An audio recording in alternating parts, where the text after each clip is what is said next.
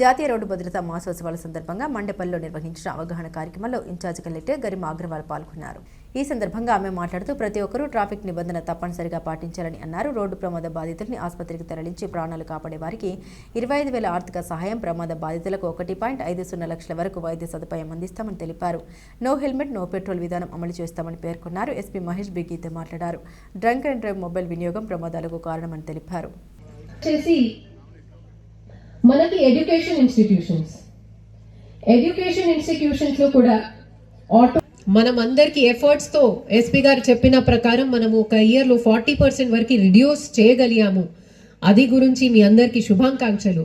కానీ ఆ ఫిగర్ మనం తగ్గించాలి కాదు, ఆ ఫిగర్ జీరోగా ఉండాలి.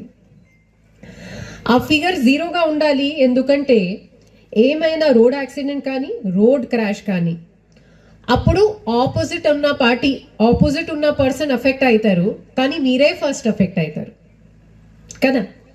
98% రోడ్ యాక్సిడెంట్లలో worst injured person is the driver himself.